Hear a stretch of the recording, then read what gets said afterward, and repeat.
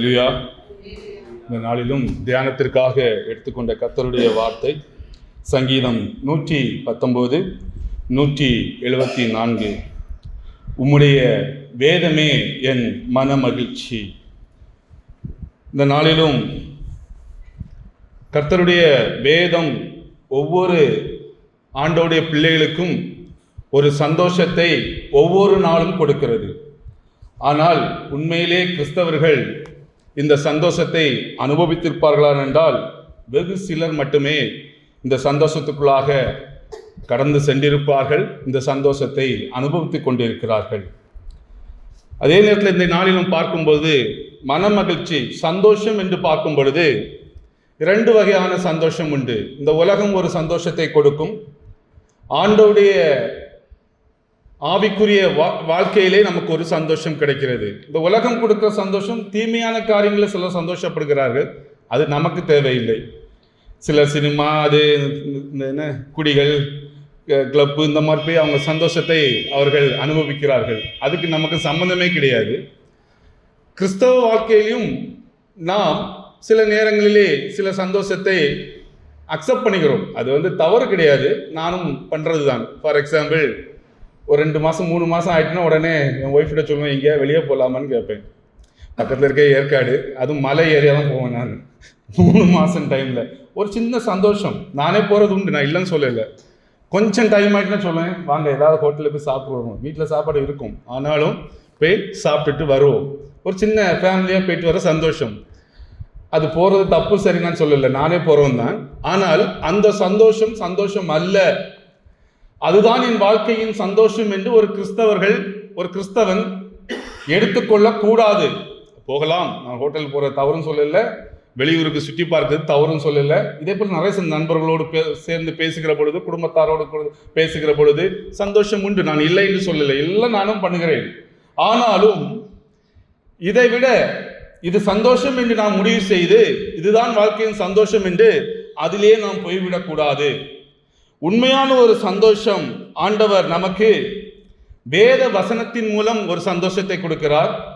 ஜபத்தின் மூலம் ஆண்டவரோடு அதிகமான நேரங்களிலே ஜபத்தில் இருக்கும் பொழுது ஒரு சந்தோஷம் உண்டாகிறது.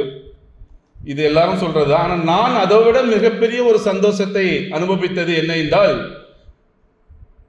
சர்ச்சில் பிரசங்கம் பண்ணும்போது இல்லை, ஆண்டவரை அறியாதவர்களுக்கு ஆண்டவருடைய சுவிசேஷத்தை நான் அறிவிக்கிற பொழுதும், எங்கேயோ ஒரு இடத்துல ஆண்டவரை அறியாதவர்கள் ஆண்டவரை ஏற்றுக்கொண்டார்கள் என்று சொல்லும் பொழுதும் என் உள்ளத்திலே நான் நினைந்த சந்தோஷத்திற்கு அளவு என்பதே கிடையாது.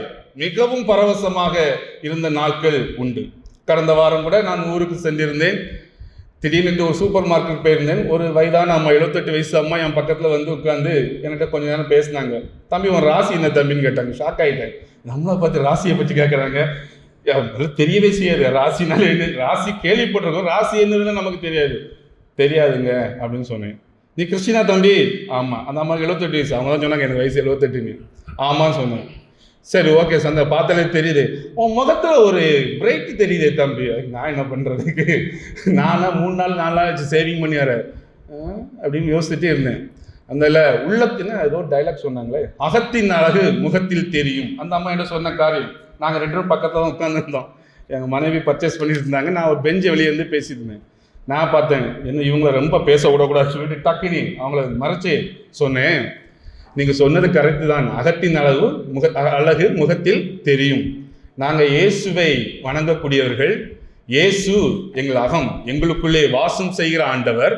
அதனால அந்த அழகு உங்கள் கண்களுக்கு தெரிகிறது என்று சொல்லி அந்த அம்மா ரொம்ப ஈகராக கேட்டாங்க என்கிட்ட. அப்படியா தம்பின்னு சொல்லிட்டு அவங்க குடும்ப கதையாக சொன்னாங்க. 2 பசங்க, ஒருத்தங்க கொஞ்சம் சிக்காக இருக்காங்க, கொஞ்சம் உடம்பு சரியில்லாத பையன். அதெல்லாம் கொஞ்சம் பேசின உடனே அவங்கள ப்ளஸ் பண்ணி அவங்கள்ட்ட சொன்னேன், உங்கள் பசங்க நல்லா இருப்பாங்க, ஆண்டவர் தேடுங்க என்று சொல்லி சொன்னேன். அவங்க பயங்கர ஒரு சந்தோஷம். நான் அதுக்கப்புறம் தான் அந்த அம்மாவுக்கு முகத்தில் ஒரு பெரிய சந்தோஷத்தை பார்த்தேன். அவங்களுக்கு இந்த சுவிசேஷத்தை ஒரு 10 நிமிஷம் பேசியிருப்பேன். அதுக்கப்புறம் இவங்க ஐஸ்கிரீம் கடையில் போய் ஐஸ்கிரீம் டாடி பில்லு போட வாங்கன்னு ஒருத்தவங்க கூப்பிட்டான். அப்புறம் அவங்கள பிடிச்சி வச்சிடக்கூடாது. சரி அம்மா நீங்கள் போயிட்டு வாங்க சொல்லிட்டு அவங்களை அனுப்பிட்டு வந்தேன். அந்த நாள் முழுவதும் எனக்கு ஒரு சந்தோஷம். ஏனென்றால் ஆண்டவரை அறியாத ஒரு பெண்ணுக்கு ஆண்டவரை பற்றி பேசுவதற்கு எனக்கு ஒரு வாய்ப்பு கிடைத்தது. சொன்னேன், அவர்களும் அதை சந்தோஷமாக பேச விருப்பம் இல்லாதவங்க என்ன பேச மாட்டாங்க இல்லையா, முடிச்சுட்டு போயிருப்பாங்க. அவங்க ரொம்ப ஆவலோடு அதை கேட்டு ஆண்டவரை பற்றி அதிகமாக கேட்டார்கள். ஸோ இது மட்டுமில்லை, நம்ம நிறைய இடங்களில் இதை போல நான் செய்கிற பொழுது அது எனக்கு ஒரு பெரிய மகிழ்ச்சியை கொடுக்கதை நான் உணர்ந்திருக்கிறேன். அதனால உண்மையிலே ஒரு கிறிஸ்தவனுடைய மகிழ்ச்சி வேத வாசிப்பும், வேதத்தை தியானிப்பதும், ஜெபிப்பதும், கர்த்தருடைய சுவிசேஷத்தை அறிவிப்பதும் தான் உண்மையான மகிழ்ச்சி இருக்கிறது. இதை நான் அறிந்து கொண்டேன். அதனால்தான் இன்னைக்கு உங்களுடைய வேதமே என் மன மகிழ்ச்சி என்ற தாவீது சொன்னது போல அந்த வார்த்தைகளை உங்களோட கூட பகிர்ந்து கொள்கிறேன்.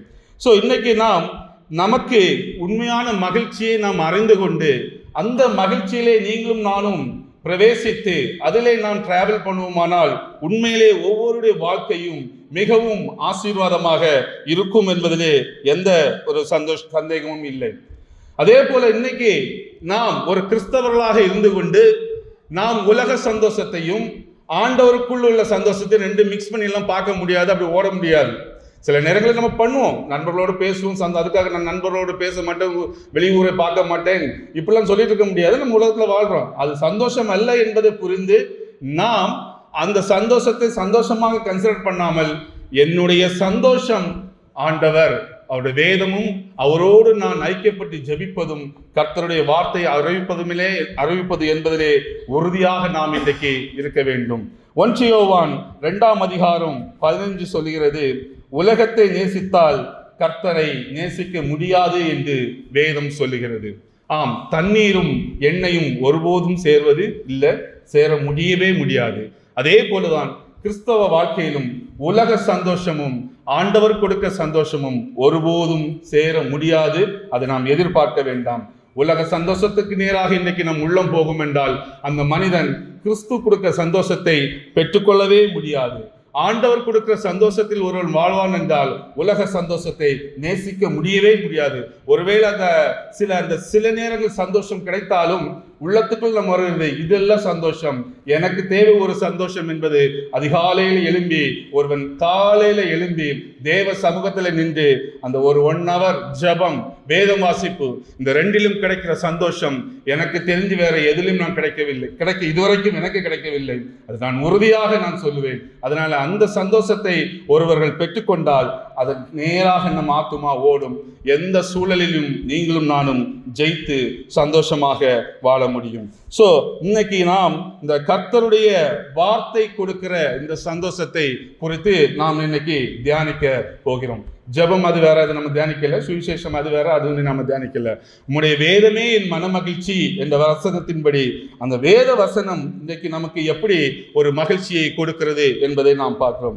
முதலாவது, வேத வசனம் ஏன் நமக்கு மகிழ்ச்சி கொடுக்கவில்லை? ஒரு கிறிஸ்தவனாக இருந்து கொண்டு நாம் வாழ்ந்து கொண்டு ஏன் எனக்கு இந்த வேத வசனம் மகிழ்ச்சியை கொடுக்கவில்லை என்பதை நாம் முதலாவது புரிந்து கொள்ள வேண்டும். உலக கவலை. உலகத்தில் எல்லா மனுஷனுக்கும் பாடுகள் உண்டு, உபத்திரங்கள் உண்டு. பேசிக்கொண்டு எனக்கு எப்பொழுதும் இருந்து கொண்டுதான் இருக்கிறது. இப்பவும் சில நேரங்களில் சில பலவீனம் அந்த கால் வலிச்சுட்டு இருக்குது, அது 2 நாளாக வலிக்குது. ஆனால் மற்றபடி ஒன்றும் பிரச்சனை இல்லை, சந்தோஷமாக தான் இருக்கான். அதை குறித்து நான் கவலைப்படுறது கிடையாது, யாரை கேட்டாலும் அதை பற்றி சொல்றதும் கிடையாது. சொல்லுகிறேன், ஏதோ ஒரு சின்ன பாடுகள் தான், அதையே நினைத்து கொண்டிருந்தால் அப்படியே தான் இருந்து கொண்டு இருக்க வேண்டும். அதை விட எனக்கு ஒரு சந்தோஷம் கிடைக்கிறது, அதிகாலையிலே நான் எழும்பி ஜெபிப்பதும், அதிகாலையில நான் எழும்பி வேதம் வாசிப்பதிலும் கிடைக்கிற அந்த சந்தோஷம். இதையெல்லாம் ஓவர் கம் பண்ணி கொண்டு அந்த சந்தோஷத்தை அனுபவித்ததுனாலே நான் எதை பற்றும் கவலைப்படாமல் எனக்கு ஒரு சந்தோஷம் இருக்கிறது. ஏதோ ஒரு பாடல் கஷ்டங்கள் துக்கம் வந்தாலும் உடனே யோசிப்பது, முழங்கால் படியிட்டு நம்ம அந்த சந்தோஷத்தை வாங்கிக் கொள்ளலாம் என்ற அந்த சந்தோஷம் இருக்குது. அதுவே ஒரு பெரிய சந்தோஷம். அப்ப இன்னைக்கு உலக கவலை ஒரு மனிதனை இன்றைக்கு ஆண்டவருக்கு நேராக வர முடியாமல் ஆக்குகிறது. இன்னைக்கு நாம் வாசிக்க கேட்ட சுவிசேஷ பாடம் மத்தேயு 13ஆம் அதிகாரத்துல 19ஆம் வசனம் பார்க்கும் பொழுது அந்த ஓமையிலே சொல்லப்பட்டிருக்கிறது. மத்தேயு 13:19, ஒருவன் ராஜ்யத்தின் வசனத்தை கேட்டு உணராதிருக்கும் போது பொல்லாங்கன் வந்து அவன் இருதயத்தில் விதைக்கப்பட்டதை பறித்து கொள்கிறான், அவனோ வழியருகே விதைக்கப்பட்டவன் என்று. அப்போ ஒருவன் அந்த வசனத்தை கேட்டு அவனுக்கு பொல்லாங்கனும் இருதயத்தில் வந்து, அதாவது கவலைகள், துக்கங்கள், பிரச்சனைகளை எல்லாம் பொல்லாங்கனும் எங்க கொண்டு வைக்கிறானோ முதல்ல நம்முடைய இருதயத்தில் ஸ்டோர் பண்றான். அப்ப இந்த உலகத்துக்கேற்ற ஒரு கவலை, பொல்லாங்கனும் நமக்குள்ளாக ஒரு கவலையை கொண்டு வைக்கிற பொழுது நாம் வசனத்துக்கு நேராக திரும்ப முடியாத ஒரு சூழலிலே நீங்களும் நானும் இருக்க முடியும். அதனால அப்படி இருக்கக்கூடாது. நமக்கு ஒரு பிரச்சனை, ஒரு கவலை இன்றைக்கு வருகிறது என்றால் உடனே நாம் சிந்திக்க வேண்டியது, நான் கர்த்தருடைய வசனத்திலே மகிழ்ச்சியாக இருக்க வேண்டும். தாவீது சொல்கிறான், உம்முடைய வேதமே என் மன மகிழ்ச்சி. தாவீது யார் என்று பார்த்தால் நமக்கு தெரியும், ஒரு ராஜா. அவர் சொல்கிறார், உம்முடைய வேதமே என் மன மகிழ்ச்சி. அப்ப இன்னைக்கு அதுல ஏதோ ஒரு மகிழ்ச்சி இருக்கிறது. அப்ப நான் இன்னைக்கு எந்த சூழலிலே இருந்து கொண்டிருக்கிறேன், ஏதோ ஒரு கவலை, ஏதோ ஒரு துக்கம், ஏதோ ஒன்று இன்னைக்கு ஆழ்த்தி கொண்டிருக்கிறது. நான் இருக்க வேண்டிய இடம் இது அல்ல. எனக்கு தேவை சந்தோஷம். அந்த உணர்வு நமக்கு முதலாவது வேண்டும். ஒரு உலக கவலை நம்மை ஆழ்த்துகிறது என்றால் எல்லாருக்கும் இருக்கும், எல்லாருக்கும் இந்த நேரத்தில் இப்படிதான் இருக்கும். அப்படி இந்த நாமும் எடுத்துக்கொண்டு அந்த கவலைக்கு நேராக நம்மை நாம் டியூன் பண்ணி நடக்கவே கூடாது. ஒருவேளை கவலை, பாடு, கஷ்டம் வருகிறது என்றால் நீங்களும் நானும் சிந்திக்க வேண்டிய ஒரு விஷயம், இது அல்ல என்னுடைய இடம். இந்த கவலை அல்ல எனக்கு இயேசு கிறிஸ்து கொடுத்தது. அவர் எனக்கு கொடுத்தது சந்தோஷம். அப்போ அதை நான் எப்படி பெற்றுக்கொள்ள வேண்டும்? இந்த எண்ணத்தை நாம் சிந்தனை கொண்டு, இது எனக்குரியது அல்ல, எனக்கு இயேசு கிறிஸ்து சந்தோஷத்தை தான் வைத்திருக்கிறார் என்று நாம் அதற்கு நேராக திரும்புகிற ஒரு அனுபவம் வேண்டும். முதலாவது அந்த உணர்வு வேண்டும். உலக கவலைகள் நமக்குள் வரும் பொழுது நாம் அதில் இருக்கக்கூடாது என்ற ஒரு உணர்வு, இது எனக்கானது அல்ல என்ற ஒரு உணர்வு, ஒரு வைராக்கியம் ஒரு கிறிஸ்தவனுக்கு வர வேண்டும். அப்பொழுதுதான் நாம் அந்த சந்தோஷத்துக்கு நேராக திரும்ப முடியும். அதே போல இன்னைக்கு நிறைய பேர் ஒரு போலியான காரியத்தை சொல்லிக் கொண்டிருக்கிறார்கள். வேத வசனத்தை படிங்கன்னு சொன்னா பயங்கரமான காரியங்கள் சொல்லுவாங்க. பிஸி, எனக்கெல்லாம் காதுக்கு கெட்ட வார்த்தை மாதிரி கேட்கும், பிஸின்னு சொல்லியாச்சுன்னா. அப்போ எல்லாரும் இன்னைக்கு ஏதோ ஒரு காரணம், எந்த பிஸியா இருந்தாலும் 3 வேளை தவறாம சாப்பிடுகிறோம், எந்த பிஸியா இருந்தாலும் நாம் தூங்குகிறோம், எந்த பிஸியாக இருந்தாலும் வாக்கிங் போறோம். நிறைய பேர் வாக்கிங் போறவங்க நான் பார்த்துருக்கேன். எல்லா வேலையும் எல்லாருக்கும் கிறிஸ்தவனுக்கு நடக்கதான் செய்யுது. ஒன்னே உள்ள பிஸின்னு சொல்லுவாங்க, வேதத்தை தியானிப்பதற்கு. ஆண்டவர் பார்த்து கொண்டிருக்கிறார். தயவு செய்து இன்னைக்கு யாராக இருந்தாலும் சரி, வேதத்தை தியானிக்காமல் ஜெபிக்காமல் வீட்டை விட்டு வெளியே போறாங்க. நீங்க என்ன பிஸியா இருந்தாலும் சரி, 1 hour தூக்கத்தை கட் பண்ணிடுங்க, வேற வழியே இல்லை. இந்த போலியான காரியத்தை சொல்லி நீங்கள் உங்கள் வாழ்க்கையை ஏமாற்றிக் கொண்டிருக்கிறீர்கள். நான் சொல்லுகிறேன், தேவனுடைய சமூகத்திலே காலையிலே நீங்கள் எழும்பி இந்த வேத தியானிப்பிலும் ஜபத்திலும் இருந்து பாருங்கள். உங்களுக்கு ஒரு மகிழ்ச்சி உண்டாகும். நீங்கள் எப்படிப்பட்ட ஆளாக இருந்தாலும் சரி, உங்களை பார்த்து மற்றவர்கள் சொல்லுவார்கள், உங்களுக்கு ஒரு வெளிச்சம் இருக்கிறது. எனக்கே தெரியாது நான் வெளிச்சமா இருக்கிறது. ஒரு இந்து பெண்ணுக்குள்ள ஆண்டவர் உணர்த்தி சொல்ல. நானே அப்புறம் யோசித்தேன், ஓ ஆண்டவர் நமக்கு இப்படிதான் சாட்சி வைப்பார். அப்பதான் நானே யோசித்தேன், கர்த்தர் நமக்குள்ள இருக்கிறாரியா, சந்தோஷம். ஒரு வகையில் நம்ம ஜெபித்தாலும் உண்மையிலே சொல்றேன், நாம் இந்த அனுபவத்துக்குள்ளாக கடந்து வருகிற பொழுது சந்தோஷம். தயவு செய்ய யாரும் பிஸின்னு சொல்லாதுங்க. அடுத்ததாக, வசனம் உலக சந்தோஷத்துக்கு எதிராக இருக்கிறது. இந்த வசனம் நம்ம ஒரு வாழ்க்கை ஓடுறோம் பாருங்க, நண்பர்களோடு போகணும், சுத்தணும், அது செய்யணும், இதை செய்யணும், பேசணும், டிவி பார்க்கணும், வாட்ஸ்அப் பார்க்கணும், யூடியூப் பார்க்கணும். இப்பெல்லாம் எல்லாம் இந்த வீணாக போன அந்த சோசியல் மீடியா, அதுதான் எல்லாம். கிறிஸ்தவனும் சரி, ஊழியக்காரனும் சரி, எல்லா இதில் இருக்காங்க. அதில் போய் இருக்கணும், எல்லா இதில் போய் உட்கார்ந்துருக்காங்க. ஆனால் வேத வசனம் அதற்கு எதிராக நமக்கு சொல்லுகிறது. நான்லாம் காலேஜ் ஸ்கூல் படிக்கும் பொழுது எங்கள் அம்மாவுக்கு பயந்து படிப்பேன். ஆண்டவருக்கு பயந்தில்லை, எங்கள் அம்மாவுக்கு பயந்து படிப்பேன். அப்போ ஃபுல்லாக சங்கீதம் தான் படிப்பேன். ஏன்னா அது நமக்கு ஆசீர்வாதமான வசனங்கள்லாம் ஃபுல்லாக கொடுக்கும். ஒரு நாள் நீதிமொழிகள் படித்தேன். அது என்னையை பார்த்து சொல்லிச்சு, ஏ மூடனே, அன்னையோட நீதிமொழி மூடனது தான். அடுத்த நாளும் சரி ஒரு நாள் படிப்போமே என்று, ஏ சோம்பேறியே, அப்பா நீதிமொழி அன்னைக்கு மூடினவன் இப்போதான் ஒரு 3 வருஷத்துக்கு மேலே ஓப்பன் பண்ணியிருக்கேன். ஏன்னா நம்ம செய்கிறத அப்படியே சொல்லணும், நமக்கே உள்ள குத்தம். நான் சொல்றது பல வருஷத்துக்கு, இப்போ குத்துறது வேற. பல வருஷத்துக்கு முன்னால் ஸ்கூலில் காலேஜ் படிச்சுப்பேன். எனக்கு அந்த நேரங்களில் நீதிமொழிக்கு அன்னைக்கு ஷட் டவுன் பண்ணோம் தான். இப்படி நமக்கும் ஃபேவரட் வசனத்தங்களை வச்சுட்டு படிச்சுட்டு இருந்தேன். ஏன்னா வசனம் குத்தம். எங்கள் அம்மா எழுத நம்ம 7 மணிக்கு எழுப்பி படிப்போம், 5 மணிக்கு எழுப்பணும். அப்போ சோம்பேறின்னு சொல்லணும், உறுத்தம்ல. ஆமாம், நம்ம சோம்பேறி தாங்க. 7 மணிக்கு எழுப்பி பைபிள் படிச்சப்பங்க சும்மா கரெக்டாக அன்னைக்கு ஆண்டவர் அந்த வசனத்துக்கு கொடுப்பாரு.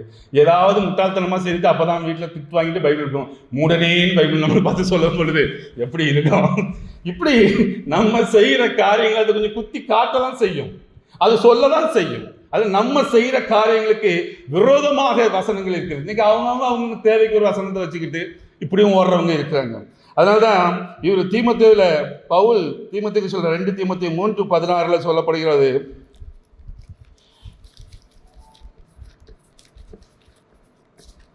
எடுத்தவங்க 2 தீமோத்தேயு 3:16.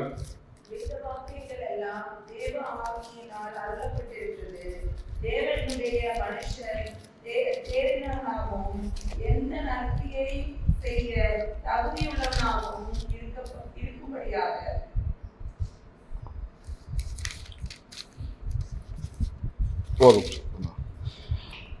வேத வாக்கியம் முதலாவது தேவனால் அருளப்பட்டிருக்கிறது. அது எதற்கு கொடுக்கப்பட்டிருக்குதுன்னா, உபதேசத்திற்கும் கடிந்து கொள்ளுதலுக்கும் சீர்திருத்ததற்கும் நீதியை படிப்பிக்கிறதற்கும் நமக்கு வசனம் கொடுக்கப்பட்டிருக்கிறது.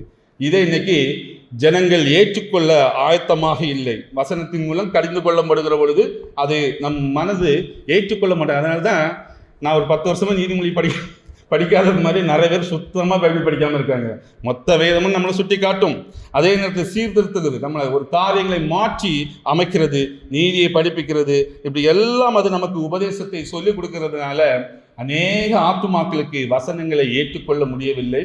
படிக்க முடியாத, வேதத்தை தியானிக்க முடியாத ஒரு சூழலிலே அநேக பேர் இன்றைக்கு இருந்து கொண்டிருக்கிறதை நாம் பார்க்கிறோம். இன்றைக்கு நாம் வேதத்தை, அந்த வேத வசனம் தேவ ஆவியினாலே அருளப்பட்டிருக்கிறது. அது என்னை உருவாக்குவதற்காக, என்னை சீர்படுத்துவதற்காக. சில நேரங்களில் கஷ்டமாக தான் இருக்கும், சில நேரங்களில் சில காரியங்கள் நமக்கு கொஞ்சம் நம்ம எண்ணங்களுக்கு மாற்றுதான் இருக்கும். ஆனால் முடிவு அது ஆசீர்வாதமாக இருக்கும். இன்னைக்கு கூட நான் காரில் வந்துட்டு இருக்கும் பொழுது ஓட்டிகிட்டே இருக்கேன். அப்போ என் மனசில் ஒரு சிந்தனை ஓடுது. ஒரு 1.5 வருஷத்துக்கு முன்னால் என்ன பாடுபட்டு அந்த ரோட்டில் வர்றது எல்லாம் தெரியும்ல. குண்டு குழி, டிராஃபிக்கு, அங்கெங்கேயும் நிறுத்தி போய் எங்கே டைவர்ஷன்ஸுங்க ஒன்றும் தெரியாது. ஒவ்வொரு நாளும் ஒரு புது அனுபவமாக இருக்கும். எங்கேயா வச்சிருக்கேன், ஆர்வமாக இருக்குது, எங்கேயாவது பேரக்கூடாது இருந்தோம். இன்னைக்கு எவ்வளோ சுகமாக வந்துட்டு இருக்கோம். 15-20 நிமிஷத்தில் வந்தாச்சு. அப்போ நான் கார் ஓட்டச்சுமே நினைக்கிறேன், அந்த கஷ்டம், அந்த பாடுகள் எல்லாத்தையும் சகித்து கொண்டோம். இன்னைக்கு 1 hour, முன்னாடி 8 மணிக்கு கிளம்பி 9 மணிக்கு வருவோம். இப்போ இன்னைக்கு 8:40 தான் கிளம்புனேன். 9 மணிக்கு கரெக்டாக அந்த 20 நிமிஷம். அப்போ சில நேரங்களில் சில பாடுகள், சில கஷ்டங்கள், சில இந்த அனுபவங்கள் முடிவிலை நமக்கு ஆசீர்வாதமாக அமைகிறது. நான் ரோடை வச்சு சொல்கிறேன், எல்லாருக்கும் அனுபவம் அந்த ரோடு உண்டு இல்லையா? அதை வச்சே சொல்லுறேன். நான் காலையில் வரும்பொழுது எனக்கு என் எண்ணங்களில் ஓடின ஒரு சிந்தனை அது. இப்போ அதே போல தான் வேத வசனம் ஆரம்பத்தில் கொஞ்சம் கஷ்டமாக இருக்கும், கொஞ்சம் வேதனையாக தான் இருக்கும், ஐயோ என்று இருக்கும். அந்த வசனம் நமக்கு, நம்ம வாழ்க்கைக்கு, அதுக்கும் நம்ம ஓடுற ஓட்டத்துக்கும் அது ஆப்போசிட்டாக இருக்கும். ஆனால் ஒன்ஸ் அதுக்கு வாழ்ந்து கொடுத்து நம்ம போயிட்டோன்னா அந்த பாதை ஆசீர்வாதமான ஒரு பாதையாக இருக்கும்.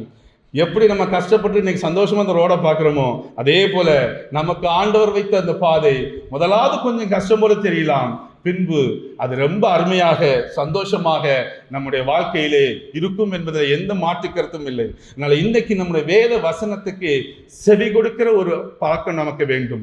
ஒருவேளை உலக கவலைகள் எல்லா மனிதனுக்கும் உண்டு, எல்லாரும் கஷ்டப்படுகிற இந்த உலக கவலையில தான். அதனால இன்னைக்கு அந்த கவலை வந்துன்னா உடனே இன்னைக்கு நமக்கு வர வேண்டிய ஒரு உணர்வு, எனக்கு கொஞ்சம் கஷ்டமா இருக்கு, என் மனசுல கஷ்டமா இருக்கு, ஒரு கவலை இருக்கு, ஒரு பாடு, சஞ்சலம், துக்கம் ஏதோ ஒன்று இங்க இருந்து கொண்டிருக்கிறது.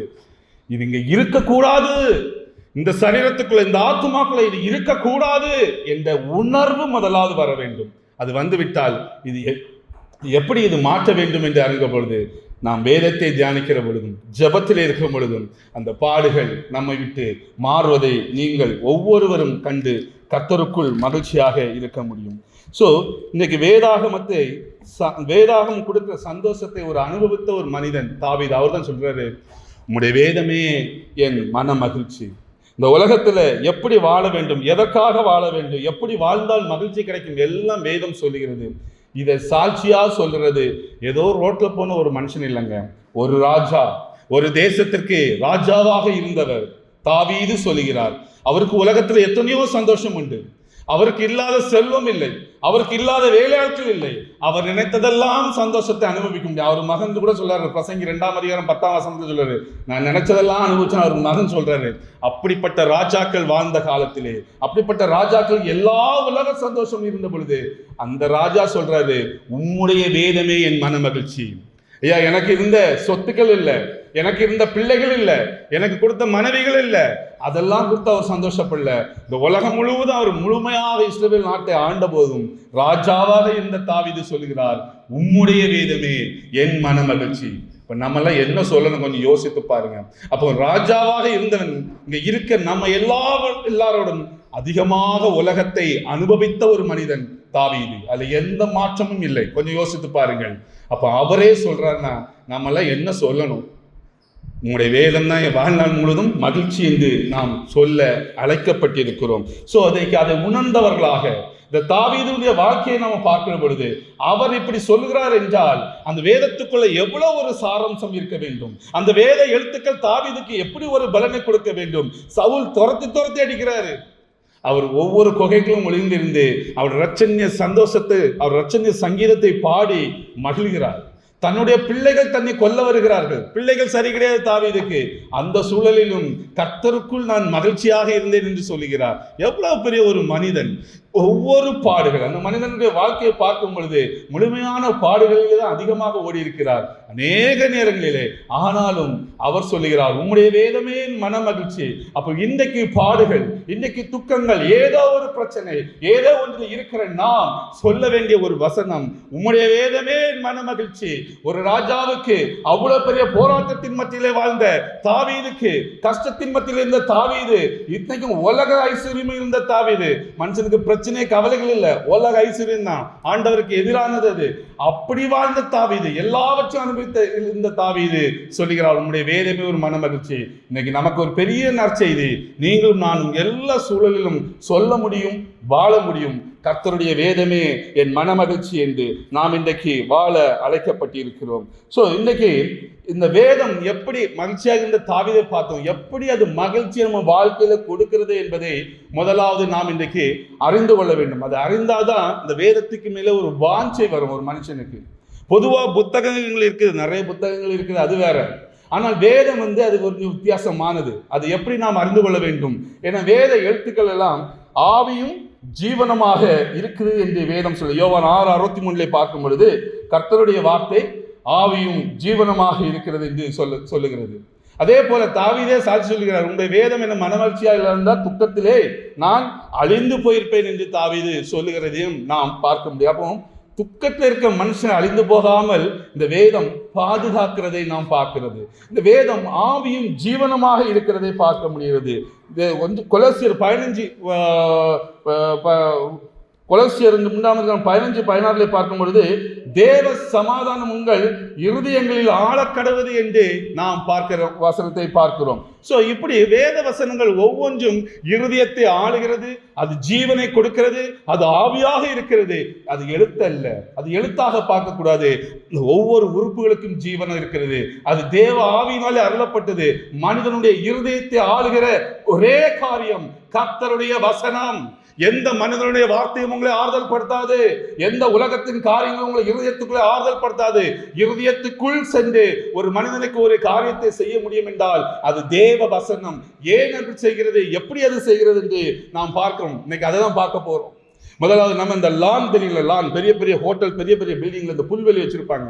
அந்த புல்வெளியிலே நடக்கக்கூடாது என்று போர்டும் சில நேரம் வச்சிருப்பாங்க. ஆனால் யாரும் அதை கவனிக்க மாட்டாங்க. அந்த புல்வெளியில நடந்தாதான் ஒரு சந்தோஷம். பூக்களை பறிக்காதுன்னு சொன்னா அதை பறிச்சாதான் நமக்கு ஒரு சந்தோஷம். போர்டு வைக்காம இருந்தா கூட பிரச்சனை இல்லை, அவன் வச்சுட்டானே நம்ம ஆப்போசிட்டா பண்ணணும். ஏன்னா குரங்கு சேட்டை.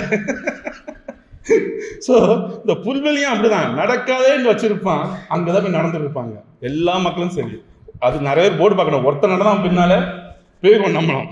அதே போலதான் சில நேரங்கள்ல இப்படி இருக்கும் பொழுது இப்போ அதே ஆள் அந்த புல்வெளியில போர்டு வச்சிருப்பார்ல, டோன்ட் வாக் அல்லது நடக்காது என்று போட்டிருப்பாங்களா, அவர் அந்த போர்டை கொண்டு நம்ம நீட்டினா நம்ம நடப்போமா? என்ன அந்த ஆள் இருக்காரு பார்த்தீங்களா, அதெல்லாம் நம்ம செய்ய மாட்டோம்.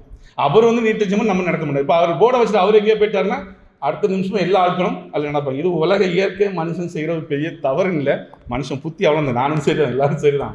ஆனால் அதே மனிதர் நம் பக்கத்தில் நின்று ஒரு போர்டை தூக்கி நடக்காதே, புல்வெளியில் நடக்காதே, இது புல்லுன்னு வச்சிருந்தா நிச்சயமாக எந்த மனுஷன் நடக்கும்? 100 பேர் இருந்தாலும் உடனே ஓடிடுவாங்க இல்லையா? அதே போலதான் இன்றைக்கு வேத வசனங்களும் நமக்கு எழுதி கொடுக்கப்பட்டிருக்கிறது, அது ஒன்று. ஆனால் அதே நேரத்திலே அந்த வேத வசனத்தை எழுதின ஆவியானவர் நமக்குள்ளாக இருந்து, நமக்குள் இருந்து இதை செய்யாதே, இதை பண்ணாதே, இங்க போகாதே என்று அவர் வழி நடத்துகிறார். அவர் ஆவியானவர். அதனால்தான் சொல்லுகிறது வேத வசனம் ஆவியும் ஜீவனமாக இருக்கிறது. இப்ப புரியுதா? மற்ற புத்தகங்களுக்கு ஆதருக்கும் நமக்கு சம்பந்தம் இருக்காது. படிக்கும்போது இந்த ஆதர் நமக்குள்ள இருந்துட்டு போர்டை தூக்கி காட்டுவாரு, சீர்திருத்துகிறாரு, வழி நடத்துகிறார், உபதேசிக்கிறாரு.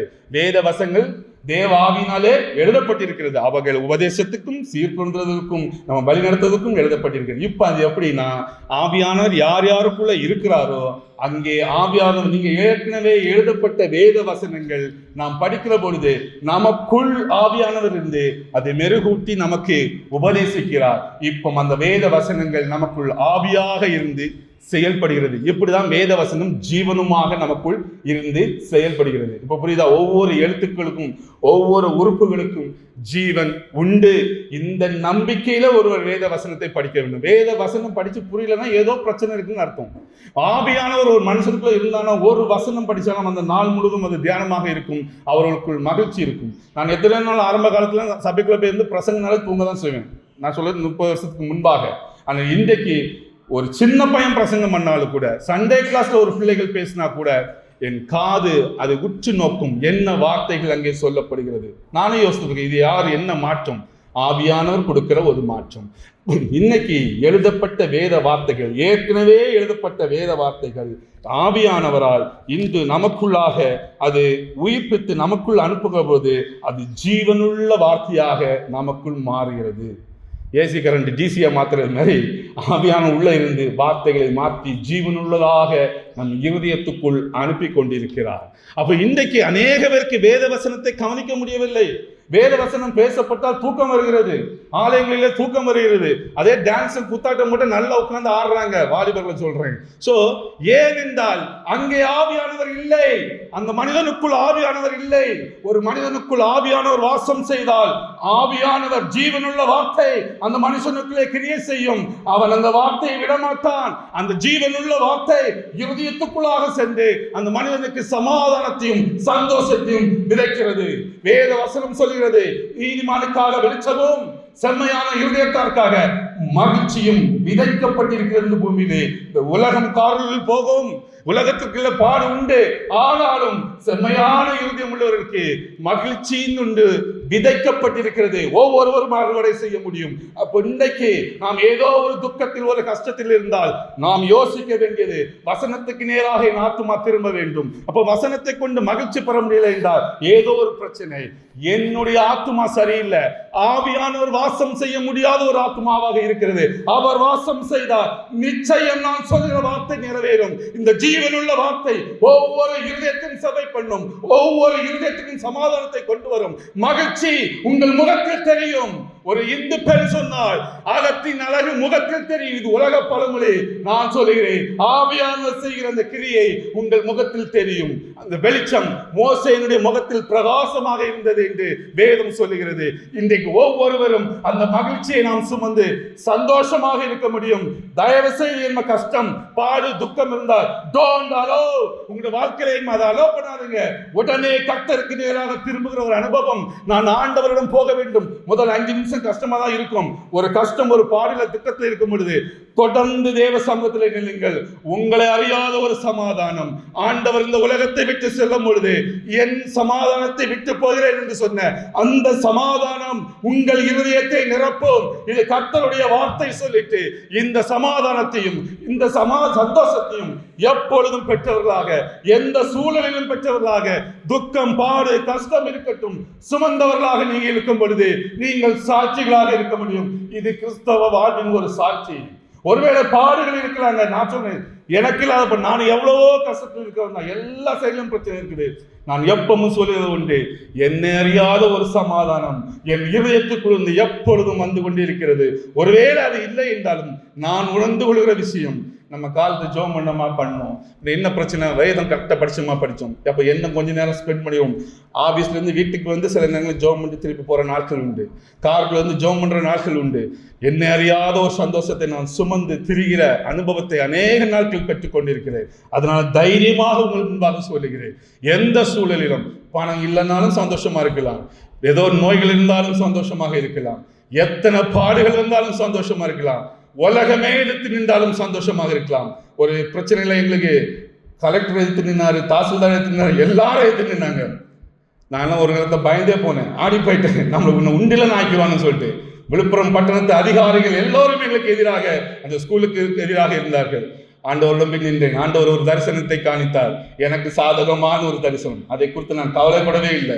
2 வருஷம் கழிச்சு பார்க்குறேன், பிரச்சனைகள் எல்லாம் முடிஞ்சு, ஒன்றும் இல்லை. எதிர்த்தவர்கள்லாம் நீ விழுப்புரத்து பட்டணத்திலே இல்லை, டிரான்ஸ்ஃபர் ஆகி வெளியூர் போயிட்டாங்க. எனக்கு பிரச்சனை ஓவர். நேற்று கூட எங்கள் மனைவிட்ட சொன்னேன், பாரு நமக்கு என்ன தெரியும், கலெக்டர் ஐத்தனிக்கு நான் யாரு, தாசில்தார் ஐதனுக்கு நான் யார், நான் பக்கமே போல. எனக்காக யுத்தம் செய்கிற ஒரு ஆண்டவர் உண்டு. அவர் அந்த காட்சியை கொடுத்து 2 வருஷம் 3 வருஷம் ஆகுதுன்னு நினைக்கிறேன். நான் அந்த காரியத்தை கொடுத்து கவலைப்பட்டதே இல்லை. அவனை என்னவனா சொல்லட்டும், வெற்றி நமதே என சொன்னவர் ஆண்டவர். அந்த சமாதான இருதயத்தை நிரப்புகிறது. அதாவது பிரச்சனைகள் வந்து கொண்டுதான் இருக்கிறது, கர்த்தர் அதிலிருந்து விடுவிக்கிறார். அதுதாங்க கிறிஸ்தவ வாழ்க்கை. இந்த உலகத்தில் உங்களுக்கு உபத்திரம் உண்டு, ஆனாலும் திடன் கொள்ளுங்கள் என்று சொன்னார். அவரை அண்டிக் கொள்ளுகிற பொழுது ஏதோ ஒரு விதத்தில் உங்களை தப்புவிப்பார், தாங்குவார், சுமப்பார், ஒவ்வொரு நாளும் வழி நடத்துவார். இது அருமையான ஒரு வாழ்க்கை. இயேசுவை பெற்ற ஒவ்வொருவருக்கும் இது ஒரு சந்தோஷமான ஒரு வாழ்க்கை. தயவு செய்து இங்கிலிருந்து கவலை, சோர்வு, துக்கம், பாடு 100 பேர் இருந்தாலும், இந்த பட்டணமே உங்களுக்கு எதிராக வந்தாலும் சாட்சியாக நிற்கிறேன். உலகத்தின் அதிகாரிகள் எடுத்து நின்றார்கள், ஒருவரும் ஒன்றும் செய்ய முடியவில்லை, ஒருவராலும் செய்ய முடியவில்லை, ஒருவரும் இன்றைக்கு இல்லை. நான் ஜெயம் பெற்று உங்கள் முன்பாக நிற்கிறேன். இதுதான் கிறிஸ்தவம், இதுதான் இயேசு கொடுக்கிற வாழ்க்கை. கர்த்தரை பற்றிக் கொள்ளுங்கள், மனிதனுக்கு முன்பாக போகாதீர்கள். ஐயோ எதற்காக ஒரு மனிதனும் போய் பார்க்காதீங்க, தேவ சமூகத்தில் போய் நில்லுங்க. எல்லாம் மாறும். ஒருத்தர்கள் லஞ்சமும் கொடுக்க வேண்டாம், எல்லாம் மாறும், சூழல் மாறும். இதுதான் கிறிஸ்தவன் நமக்கு தருகிற ஒரு அருமையான ஒரு சந்தோஷமான வாழ்க்கை. இதை பெற்று நீங்களும் நானும் ஓடுகிறவர்களாக இன்னைக்கு இந்த ஜீவனுள்ள வார்த்தை உங்கள் ஜீவனுக்குள் வர வேண்டும். உங்கள் ஆத்துமாக்குள்ளே, உங்கள் ஆவிக்குள்ளே கர்த்தருடைய வார்த்தை இன்னைக்கு கலக்கப்பட வேண்டும். அவருடைய வார்த்தையிலே நிலைத்து நில்லுங்கள். ஒவ்வொரு நாளும் தியானிங்கள். இந்த வார்த்தை என்ன சொல்கிறது, புரியவில்லையா? ஒரு சின்ன ஜெபம் பண்ணுங்கள். ஆண்டவரே புரியவில்லை என்று ஆவியானவர் உங்களுக்கு விளக்கி காட்டுவார். ஏதோ ஒரு விதத்தில் பேசுவார், உங்கள் இருதயத்திலே உங்களுக்குள் பேசுவார், ஒவ்வொரு சூழலிலும் பேசுவார். கர்த்தருடைய சத்தத்தை கேட்டு வாழ முடியும். ஒரு லாஸ்ட் மந்த் நாங்க வரச்சுமே எனக்கு பயங்கர சளி. உங்களுக்கு தெரியல, நான் பிரசங்கமே பண்ணல, பயங்கர சளி. அதிகாலை 2 மணிக்கு எழுப்பி பெட்ல உட்கார்ந்துருக்கேன். ஒரு சத்தம் கேட்கிறது, அவங்க டேப்லெட் தருவாங்க, வாங்கி சாப்பிடு. இவ்வளவுதான் சத்தம் என் காதுல 2:30 மணிக்கு கேட்குது. நான் ஹாஸ்பிட்டலுக்கே போகல. இதுக்கு இந்த சளிக்கெல்லாம் இன்னைக்கு ஹாஸ்பிட்டல் போனோம். சரி, நான் ஹாஸ்பிட்டலில் போய் சத்தம் கேட்டனால அடுத்த நாள் போய் ஹாஸ்பிட்டலில் போனேன். டேப்லெட் தந்தாங்க, வாங்கி வச்சுக்கிட்டேன். அடுத்த நாள் ஜம்முன்னு குளித்தேன். மண்டே நல்லா என்ன வேற தைச்சு குளிக்கிறேன். மனைவி என் வீட்டில் சென்னை, அவள்கிட்ட குளிக்காதுங்க ஒரு 4 நாளைக்கு. அடே தீபா, நான் குளிச்சுட்டு ஆஃபீஸ் போயிட்டேன். மத்தியானம் பார்த்தா அப்படி ஒரு ஜுரம், கிட்ட ஆட்டம், கைகள் குளிர் ஜுரம். அப்போ தான் யோசித்தேன், டேப்லெட் தருவாங்க, வாங்கி சாப்பிடுன்னு சொன்னார்லான்னு சொல்லிட்டு அந்த டேப்லெட்டை வாங்கி 2 நாள் சாப்பிட்டது சரியாயிட்டு. நான் யோசிக்கிறேன், ஒரு சாதாரண ஃபீவர் தான். அதெல்லாம் உலகத்தில் நம்ம சாதாரணமாக எல்லா மனிதனும் கடந்து செல்கிற ஒரு காரியம். இந்த சளி சீசனுக்கு அதற்கே நான் பயந்துடக்கூடாது இல்லை, நான் ஏன்னா அது பயங்கர ஃபீவர். அதற்கே ஆண்டவர் அவருடைய சத்தத்தை இந்த அடிமையின் கால்களிலே அவர் போடுவார் என்றால் உங்கள் வாழ்க்கை எவ்வளவு பெருசு, எவ்வளவு பெரிய காரியத்துக்கெல்லாம் அவர் எப்படி உங்களுக்காக எழுப்பி நிற்பார் பாருங்க. எவ்வளவு பெரிய ஆண்டவரை நாம் பெற்றிருக்கிறோம். ஹல்லேலூயா. அந்த ஆண்டவரை இன்னைக்கு பெற்று கர்த்தருக்கு நேராக பரிசுத்தமாக வாழுங்கள். உலக இச்சைகளுக்கு விலகி ஓடுங்கள். பொல்லாத அந்த காரியங்கள் ஏது ஆண்டவருக்கு விரோதமாக ஆண்டவருக்கு நேரத்தை கொடுக்க ஏது நம்முடைய வாழ்க்கையில் வருதோ இன்றைக்கு விட்டு கர்த்தருக்கு நேராக திரும்புகிற பொழுது உங்கள் வாழ்க்கை பயனுள்ளதாக மாறும். கடைசியாக நான் ஒரு ஓமையை சொல்லி முடிக்கிறேன். நாம் இன்னைக்கு வாசிக்க கேட்ட ஓமை, அதிலே நல்ல நிலத்திலே விதைக்கப்பட்ட விதைகள் ஒவ்வொன்றும் 100, 60, 30 மத்தேயு 13ஆம் அதிகாரம் அந்த 23 நினைக்கிறேன். அதில் பார்க்கும் பொழுது நல்ல நிலத்திலே விதைக்கப்பட்ட ஒவ்வொரு விதையும் 100, 60, 30 பலம் தருகிறது. இன்னைக்கு நாம் அப்போ செய்ய வேண்டியது கர்த்தருடைய வார்த்தை தான் விதை. அந்த விதை எங்கே விழ வேண்டும் என்றால் நல்ல நிலத்திலே விழ வேண்டும். உலக கவலைகள் தான் நெருக்கி போடுறோம், அதை முதல்ல பார்த்தோம். இன்னைக்கு நம்ம ஆத்துமா ஆவியானவரால் அது ஸ்திரப்படுத்தப்பட்டு பண்படுத்தப்பட்ட ஒரு ஆத்துமாவாக இருக்கும் பொழுது எந்த வார்த்தை கர்த்தருடைய வார்த்தை, ஈசா தாவீதை பெற்றான், அதுவும் உங்களுக்குள்ள பேசும். நம்ம அந்த வசனம்லாம் கடந்து போயிடும். அந்த யார் பெற்றாங்கன்னா படிக்கவே மாட்டோம். ஈசா தாவீதை பெற்றான்னா 2 நிமிஷம் யோசிப்போம் இந்த சந்ததியா. அந்த அளவுக்கு அந்த நிலம், அந்த விதையை சுமந்து அது கொடுக்க வேண்டிய காரியங்களை செய்யும். ஒரு வார்த்தை உங்கள் இருதயத்திலிருந்து வெறுமனே திரும்ப போறதில்லை, அது பலனை கொடுத்தே ஆகும். அதற்கு செய்ய வேண்டியது இந்த நிலமாகிய ஆத்துமாவை பண்படுத்தி, ஆத்துமா எப்பொழுதும் ஆண்டவருக்கு நேராக ஒரு பிரியமுள்ள ஒரு ஆத்துமாவாக இருக்கும் பொழுது அங்கே விதைக்கப்படுகிற விதைகள் எல்லாம் 100, 60, 30 ஏதோ ஒரு பலனை கொடுக்க. பலன் இல்லாத எதுவுமே நல்ல ஆத்துமாவில இல்லை. சோ இன்னைக்கு நீங்கள் கர்த்தருக்குள் மகிழ்ச்சியாக இருக்க வேண்டும் என்றால், அவருடைய வேதம் உங்களுடைய வாழ்க்கையில ஒவ்வொரு சூழலிலும் சந்தோஷத்தை கொடுக்க வேண்டும் என்றால், நீங்கள் உங்கள் ஆத்துமாவை பண்படுத்தி கர்த்தருடைய வசனத்தை இருதயத்துக்குள் ஸ்திரப்படுத்தி சுமந்து சொல்லுங்கள். எங்க போனாலும் உங்களோட கூட பேசும், சந்தோஷப்பட்டு களி கூறுவீர்கள். அதற்கு பிறகு நான் இங்கே நின்று சாட்சி சொல்வது போல எல்லாரும் சாட்சி சொல்ல முடியும். இவ்வளவு பெரிய அழகான சொத்தை நான் வாழ்க்கையில கொடுத்து எனக்கு தந்திருக்கார என்று கண்ணீரோடு ஆண்டவருக்கு நன்றி சொல்லுவீர்கள். நான் செய்கிறேன், நீங்களும் செய்வீர்கள். சோ உங்கள் வாழ்க்கையிலே கர்த்தருடைய வேதம் ஒவ்வொரு நாளும் மகிழ்ச்சியை கொடுக்கட்டும். கர்த்தர் தாம் இந்த வார்த்தைகளை ஆசீர்வதிப்பாராக. ஆமென்.